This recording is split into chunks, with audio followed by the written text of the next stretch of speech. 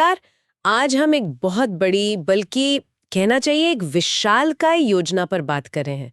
चीन की ब्रह्मपुत्र नदी पर एक डैम बनाने की योजना। हाँ, और ये कोई छोटा मोटा डैम नहीं है। सुनने में आ रहा है कि ये चीन के मशहूर थ्री गॉर्जियस डैम से भी बड़ा हो सकता है। बिल्कुल।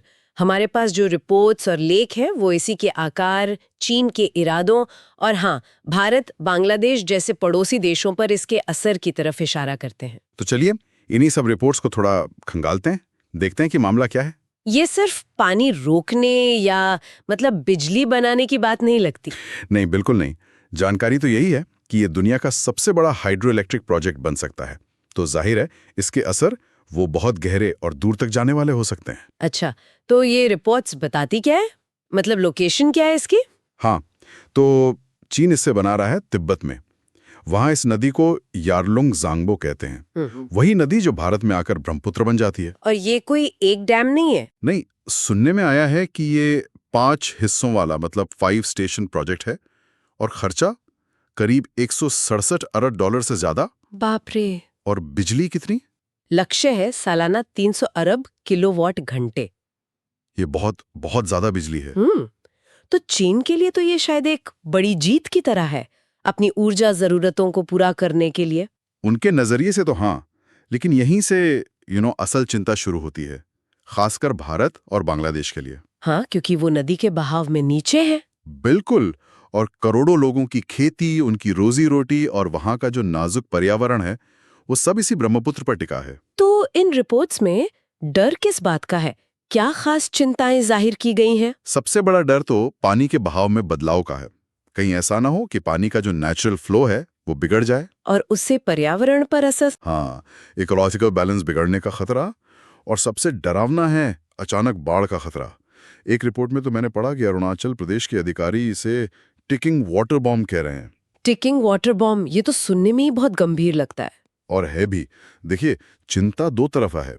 एक तो ये कि सूखे मौसम में चीन पानी रोक ले तो नीचे खेती कैसे होगी।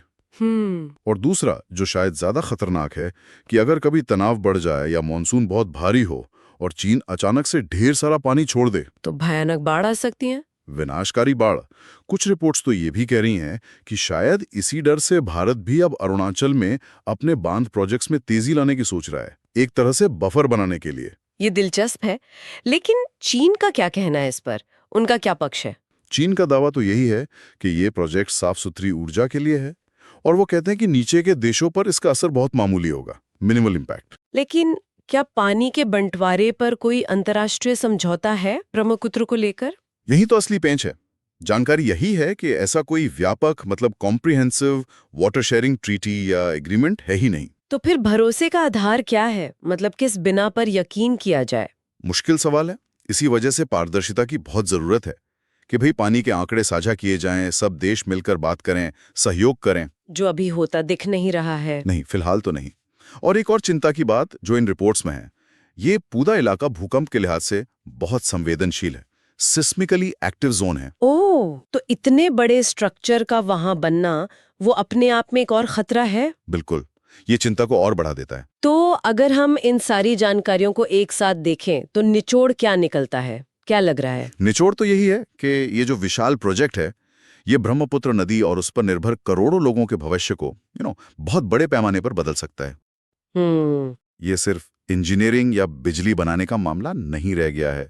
ये सीधे सीधे भू राजनीति, पर्यावरण की सुरक्षा और लाखों लोगों की जिंदगी का सवाल बन गया है। तस्वीर वाकई बहुत उलझी हुई लगती है और इस पर लगातार नजर रखनी होगी। हाँ, बिल्कुल।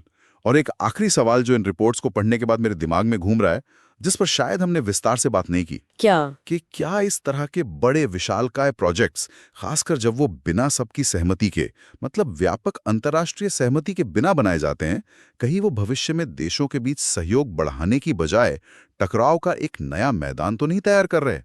ये सोचने वाली बात है ना?